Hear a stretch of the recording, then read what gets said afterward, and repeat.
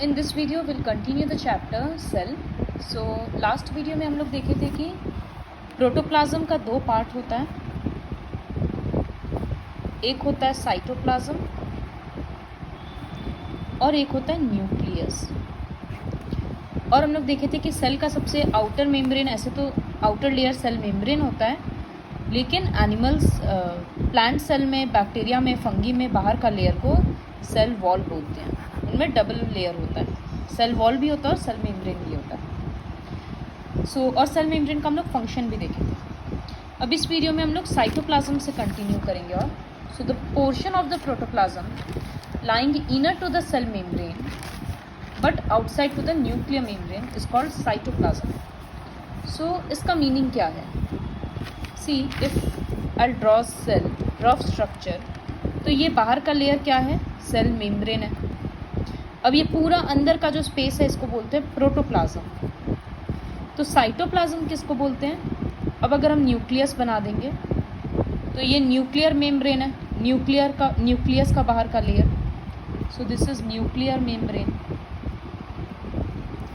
and this is cell membrane. So protoplasm क्या होगा? Cytoplasm, the portion of the protoplasm inside the cytoplasm, inside the cell membrane, but outside the nuclear membrane. तो ये जो पूरा portion है ये पूरा हो जाएगा साइटोप्लाज्म, सेल मेम्ब्रेन के अंदर लेकिन न्यूक्लियर मेम्ब्रेन के बाहर।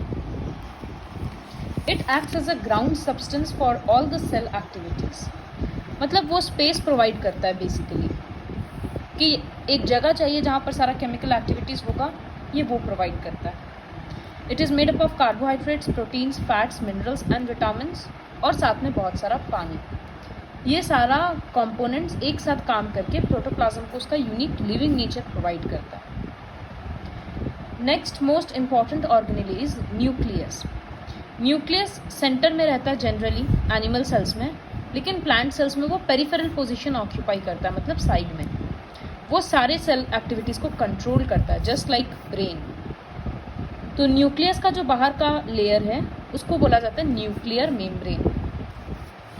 फिर न्यूक्लियस के अंदर का जो ये है साइटोप्लाज्म, उसको बोला जाता है nucleoplasm. So the protoplasm of the nucleus is called nucleoplasm. It has thread-like structures called chromatin. इसके अंदर में थ्रेड के जैसा इस तरह से स्ट्रक्चर्स होता है,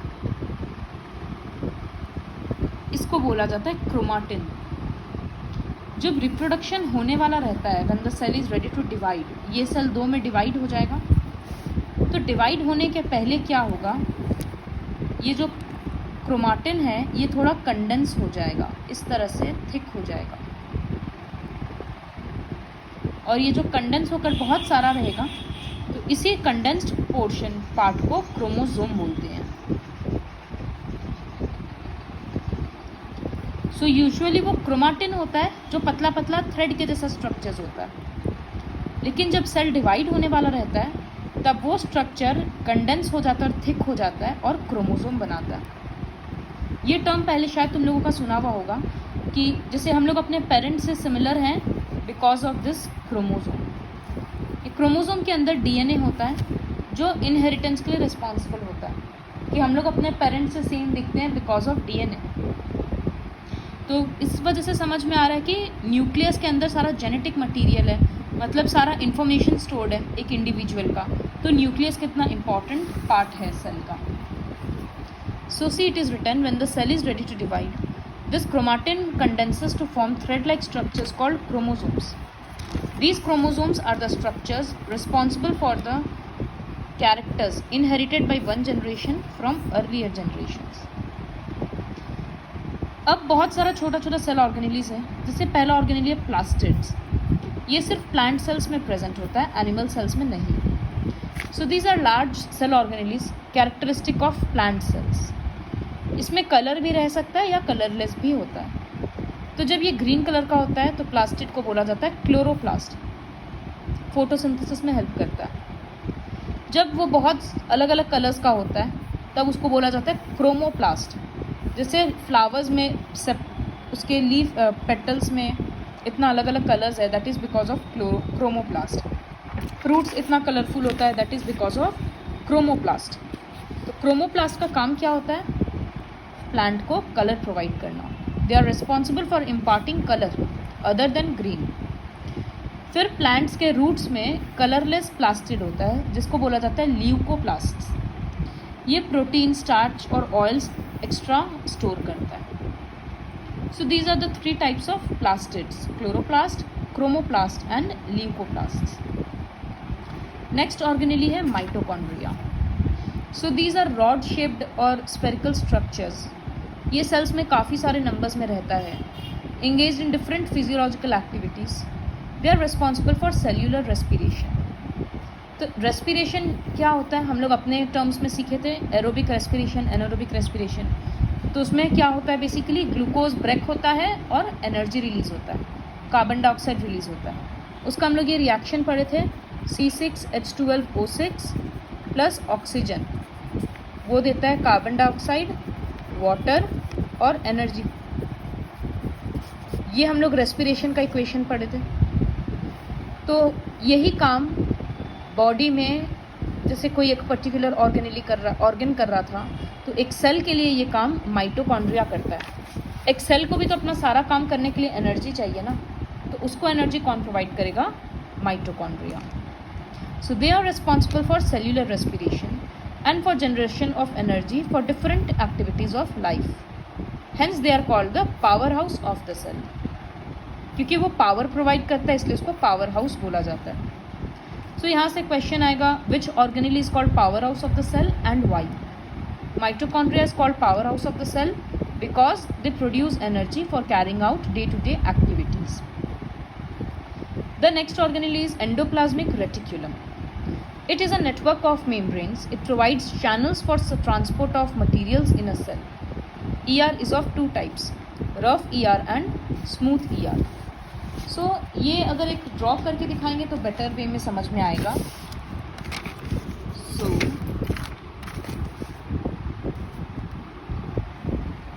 this is a cell. ये सेल मेम्ब्रेन ड्रॉ हुआ अभी तक. उसके बाद इसमें हम बीच में न्यूक्लियस दे दिए.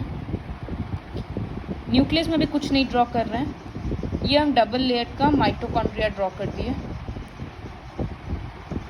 फिर एंडोप्लाज्मिक रेटिक्यूलम कैसा होता है? नेटवर्क के जैसा स्ट्रक्चर होता है.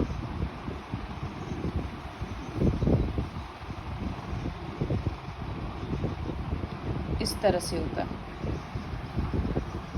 वो जनरली न्यूक्लियस के आसपास से ही होता है. तो एंडोप्लाज्मिक रेटिक्यूलम ER 2 टाइप का होता है, RER और SER. Rough endoplasmic reticulum, smooth endoplasmic reticulum. तो अभी हम बोल सकते हैं ये एंडोप्लाज्मिक रेटिकुलम स्मूथ है क्योंकि इसके सरफेस में कुछ नहीं लगा हुआ है. लेकिन जब रफ बोलते हैं तो इसके सरफेस में इस तरह से एक राउंड शेप्ड ऑर्गेनेली और अटैच्ड हो जाता है. तो ये देखने में रफ जैसा लग रहा है, इसीलिए उसका नाम दे दिया रफ एंडोप्लाज्मिक रेटिकुलम.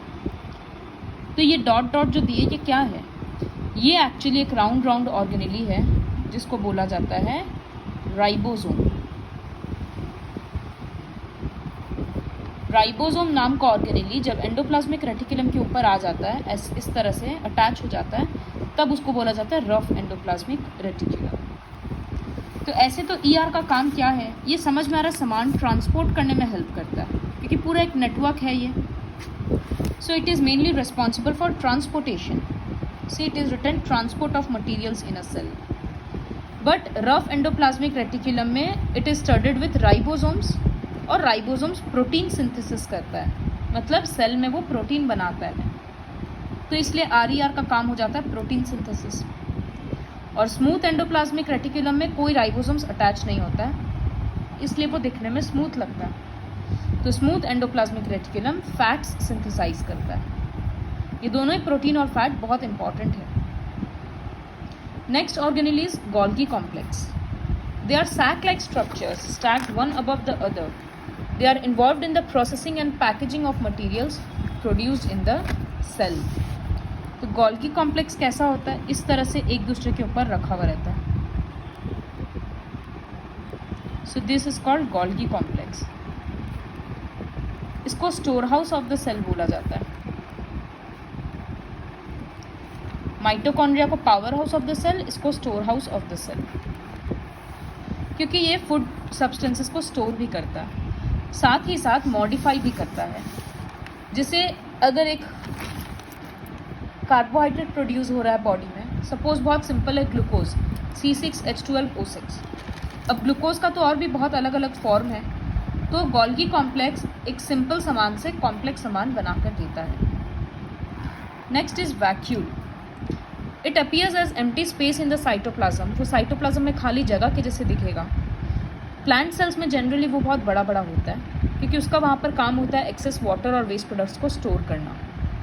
अमीबा में जैसे हम लोग देखे थे फूड वैक्यूल, जो खाना अमीबा लेता है उसके बाद वो फूड वैक्यूल में जाता है, जहाँ वो डाइजेस्ट होता है।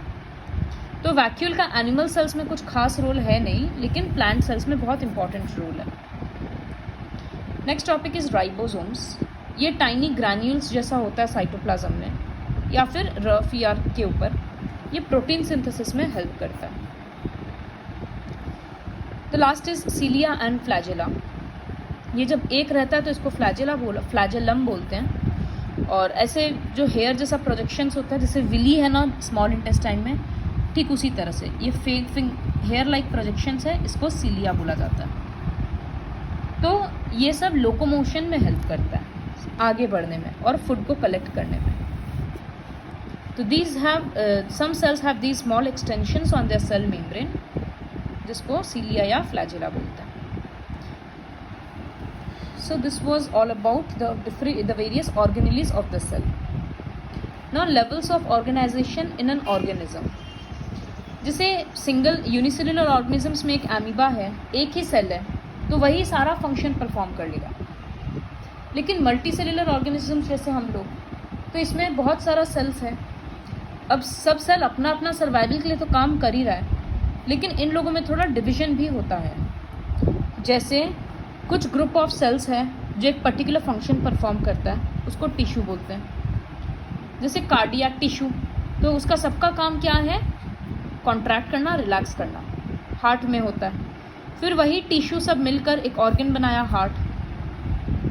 फिर हार्ट, ब्लड वेसल्स, इस तरह से और ऑर्गन्स मिलकर बना एक ऑर्गन सिस्टम, जो कि है सर्कुलेटरी सिस्टम। फिर बहुत सारा सिस्टम्स होता है, digestive system, reproductive system, transportation system. तो वो सब मिलकर बनता है ऑर्गेनिज्म।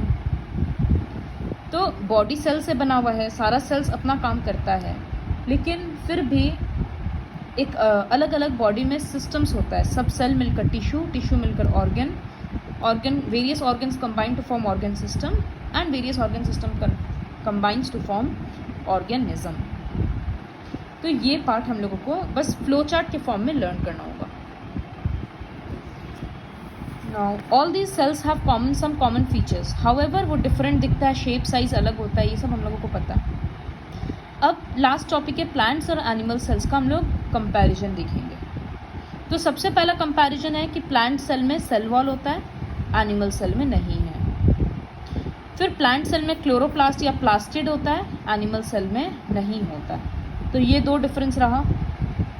थर्ड डिफरेंस है कि प्लांट सेल में न्यूक्लियस साइड में होता है, nucleus is in peripheral position.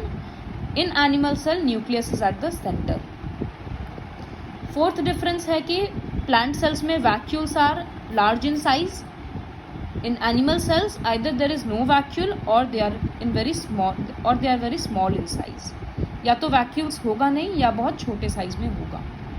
तो ये tabular form में दिया हुआ रहता है। Now, drawing plant cells and animal cells is very easy.